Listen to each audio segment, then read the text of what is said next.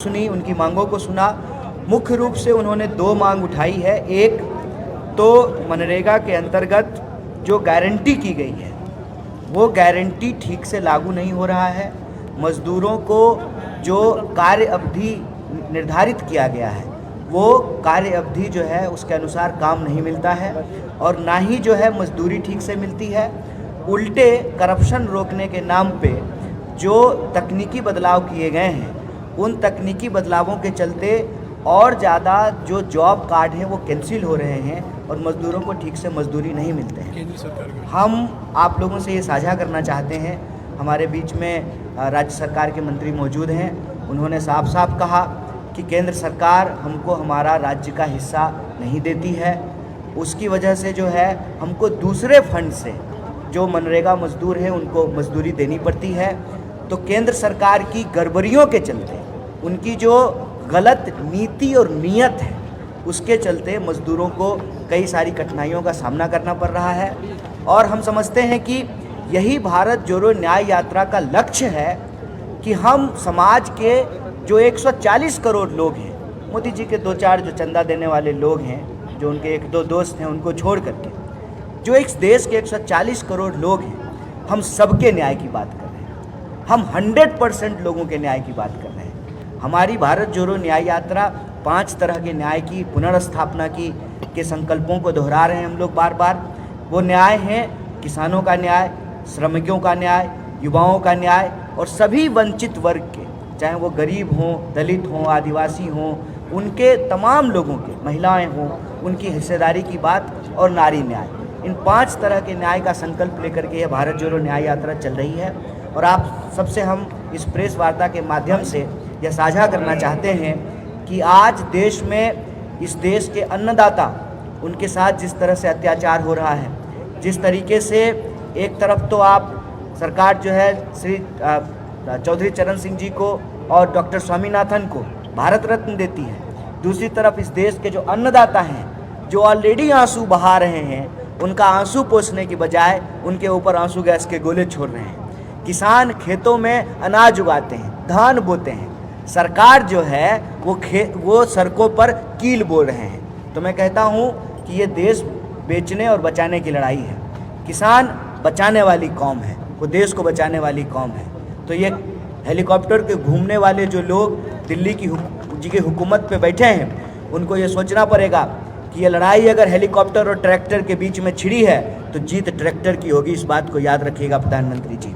आपको एमएसपी की गारंटी करनी पड़ेगी। और मैं आपको आखिरी बात बोल करके अपनी बात खत्म करूंगा कि हमारे राष्ट्रीय अध्यक्ष श्री मल्लिकार्जुन खड़गे साहब ने कल अंबिकापुर के जनसभा में यह घोषणा किया है कि हमारी सरकार आएगी, हम एमएसपी को कानूनी दर्जा देंगे और जो डॉक्टर स्वामीनाथन की सिफारिशें हैं उनके फार्मूले के हिसाब से एमएसपी जो है किसानों को दिया जाएगा, इसकी गारंटी की जाएगी।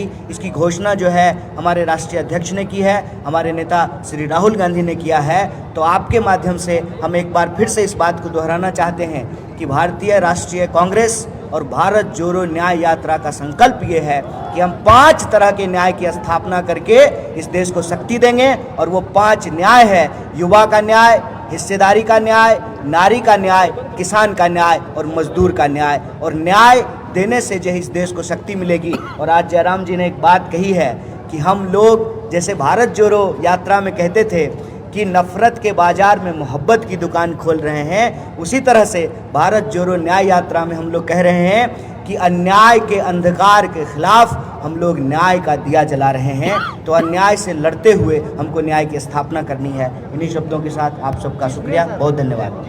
मैं ये भी कहना चाहता हूँ कि कल 33वां दिन 2 बजे को बिहार के औरंगाबाद में जन रैली होगा, पब्लिक मीटिंग होगी।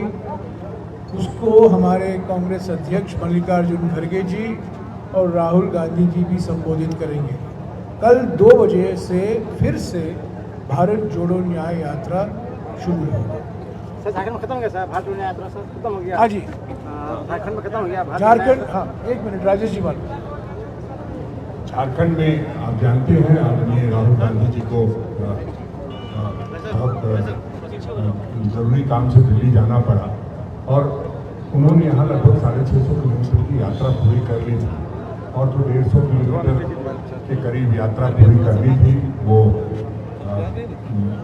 बड़े दुख के साथ कहना पड़ता है कि वो संभव नहीं हो पाया।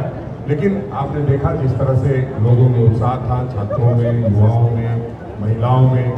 हम ये कह सकते हैं कि यात्रा झारखंड में बहुत सफल रही है और आने वाले समय में हम आदरणीय राहुल गांधी जी से फिर एक बार आग्रह करेंगे कि ये क्षेत्र छूट गया है, एक बार यात्रा की समाप्ति हो जाए, उसके बाद जरूर यहाँ के लोगों से खड़गे जी ने एक लेटर जारी किया है सभी राज्यों को, जो कांग्रेस शासित राज्य है वहाँ पर, कि किसानों के समर्थन में हम लोग आंदोलन करना है। बिल्कुल, हम लोग भारत बंद का जो आह्वान किया गया है 16 तारीख को, उसमें पूरी तरह से हम लोग शामिल रहेंगे और भारत बंद को सफल बनाने का काम करेंगे। ये हमारे राष्ट्रीय अध्यक्ष का निर्देश है, उसका अच्छा सा पालन। कन्हैया जी, आपका एक वो था, आप जवाब दे रहे थे, आपने बोला कि जॉब कार्ड, आपके पास क्या आंकड़ा है क्या झारखंड में कितना जॉब कार्ड का ये हो गया है, बंद हो गया है? और सवाल सर, हाँ, और कुछ सवाल है? मनरेगा समझ बताइए ना। हाँ, मनरेगा आलमगीर साहब बताएंगे। कन्हैया जी ने बताया अभी, झारखंड में रहकर झारखंड की बात आप बताइए ना। हाँ, तो झारखंड का झारखंड के बारे में पूछ रहे हैं ना, बताइए आप। हमारे यहाँ जॉब कार्ड जो है कोरोना काल में जब बाहर आज से, का आंकड़ा क्या है सर, बताइए हम आप। बता रहे कुछ भी याद नहीं, करीब करीब हमारा यहाँ जॉब कार्ड जो है 67 लाख करीब 67 लाख कैंसिल है। कैंसिल नहीं है, चल रहा है उसमें। कैंसिल की बात हो रही है आप? नहीं, आधार कार्ड से जुड़ा जो गया है तो निश्चित तौर पर बहुत लोगों का आधार कार्ड में नाम है या गलत है, उसको देखने का एक अकाउंट रहता है बैंक में आलमगीर, तो वहाँ ALAM लिखा, कहीं पर लिखा हुआ है ALOM लिखा हुआ है। उसी चलते जो है ये जो जॉब कार्ड कैंसिल किया गया। और हमारी जब गठबंधन की सरकार बनी, आप सब जानते हैं कि उस समय भारत सरकार ने झारखंड को पहला नंबर दिया था कि इन्होंने जॉब कार्ड और मनरेगा के तहत इन लोगों ने वर्क दिया है। ये तो आप लोग खुद जानते हैं, आपके मीडिया के माध्यम से आया पहला नंबर। एक मनरेगा में है वेंडर, जिसके चलते पूरे मनरेगा कर्मी परेशान है, उन लोग को पैसा नहीं मिल पाता। इस पर क्या कर रही है सरकार? इस पर हम कहना चाहते हैं, मैं आपको पत्राचार जो है भारत सरकार से हमने किया है कि वेंडर का सिस्टम नहीं होनी चाहिए, लाभुकों को मिलना चाहिए। ये चिट्ठी 4 बार लिखे हैं, आप लोग ऑफिस से आप दे दीजिए। सर, आप बोल रहे हैं MSP आपकी सरकार आगे MSP लागू करिएगा, कन्हैया जी आपसे सवाल है, लागू करिएगा। तो ये बताइए कि आपका मेन मैनिफेस्टो क्या रहेगा चुनाव के समय? क्या MSP पर चुनाव लड़िएगा और कुछ? बड़ा आप हड़बड़ाएल आदमी है, इतना मत हड़बड़ाइए। वायरल होने का मन है का आपको? हो जाइएगा, कोई बात नहीं, हड़बड़ाइए नहीं। अभी जो है किसान को लेकर के, किसान न्याय से जुड़ा हुआ एक घोषणा किया गया है, सुनिए ठीक से थोड़ा। क्या है कि प्रधानमंत्री जब से आए हैं ना, लोग सुन ही नहीं रहा है, खाली अपने ही मन का बात करता है, लोग दूसरे का सुनता नहीं है। थोड़ा सुना कीजिए। एक न्याय से संबंधित एक घोषणा हुई है, अभी 5 न्याय है। कौन 5 न्याय है, याद हुआ आपको? बोलिए तो जरा कौन न्याय है, हम फिर से बोलते हैं, याद आ जाएगा। युवा न्याय, समझे, फिर भागीदारी न्याय, हिस्सेदारी न्याय भी उसको बोलते हैं, फिर नारी न्याय, याद कीजिए फिर ना भूल जाइएगा। उसके बाद किसान न्याय और मजदूर न्याय, 5 को याद हुआ। उसमें से किसान न्याय से एक जुड़ा हुआ घोषणा अभी हुआ है, कल अंबिकापुर में, अभी और होगा, दिखाइएगा। लेकिन दिखाइए, पता नहीं दिखाइएगा कि नहीं दिखाइएगा, अंबानी का चैनल पता नहीं दिखाइएगा कि नहीं, लेकिन दिखाइएगा। अभी घोषणा होगा, अभी एक घोषणा हुई है कि MSP की गारंटी करेंगे, कानूनी दर्जा देंगे, समझे, और जो कैसे तय करेंगे, तो जो स्वामीनाथन जी का फॉर्मूला है, जिसको मोदी जी जी हैं भारत रत्न ना, उन्हीं का फॉर्मूला लागू। कन्हैया जी, आपसे आपका एजेंडा क्या रहेगा कन्हैया जी? अभी युवाओं को लेकर के भी घोषणाएं हो रही हैं, अभी उसको लेकर के जो है गारंटी की घोषणा नहीं हुई है। लेकिन युवा न्याय के तहत हम आपको बता दें कि रोजगार की गारंटी करनी है। सबसे ज़्यादा जो है रिक्त पद आज के डेट में खाली पड़े हुए हैं सब विभाग में, 10 लाख से ज़्यादा नौकरी खाली है केंद्र सरकार में, और भर्ती नहीं होता है समय पे। भर्ती अगर होने की बारी आए तो पता चला कि एग्जाम सेंटर पे जाइएगा, प्रश्न पत्र लीक हो गया है, पैसा लेकर के सीट बेच दिया है, तो नौजवान सब परेशान है। तो इसको कैसे कानून के दायरे में लाए, कि जो है ना ये भर्ती विधान को हम लेकर के आएंगे। अभी वो सब चीज़ तैयार हो रहा है। अभी किसान न्याय से संबंधित एक घोषणा हुई है, इसी तरह से बारी बारी से सभी न्याय से जुड़ी हुई घोषणाएं होंगी। कन्हैया जी, आप न्याय यात्रा, भारत जोड़ो न्याय यात्रा लेकर चल रहे हैं और आपकी पार्टी जो है बिखर रही है, क्या कहेंगे? ना ना, हमारी पार्टी नहीं बिखर रही है। हमारी पार्टी बिखरने का मतलब होता है पार्टी के कार्यकर्ता और मतदाता का बिखरना। नेता सब थोड़ा कहीं दया बाया समझ रहे हैं ना, तो वॉशिंग मशीन उधरे है ना जेपी नड्डा जी के घर में, उधर जाके धुल जाते हैं। तो सब लोग धुलने के लिए जा रहा है। तो आपको क्या लगता है, कन्हैया जी, आपको क्या लगता है? चलिए धुल नहीं जा रहा है। और ये सवाल पूछिए उनसे कन्हैया जी, कि जो पार्टी पे आप आरोप लगाते थे परिवारवादी होने का, भ्रष्टाचारी होने का, वो नेता सब आपके पास आकर के सुन्नर चिकन कैसे हो जा रहा है? पूछना चाहिए ना। पार्टी नहीं बिखर रही है, पार्टी इतनी मजबूती से खड़ी है ना कि नारा लगाए थे एक अकेला। अब बोल तो अकेला काहे हैं? जसोदा जी हैं ही गुजरात में, तो काहे आप अकेले घूम रहे हैं? गांधी जी देश को आज़ादी दिलाने के लिए कस्तूरबा जी को साथ में लेके घूमते थे। इनको देश चलाने के लिए पत्नी छोड़ने का क्या जरूरत था? तो अकेला क्यों हैं ये? लेकिन नारा दिया भाजपा का लोग एक अकेला सब पर भारी है। तो काहे नीतीश जी का जरूरत पड़ गया भाई? काहे जो है इनको जयंत चौधरी का जरूरत पड़ गया है? और देखिएगा चुनाव आते आते और कितना चीज़ का जरूरत पड़ता है इनको।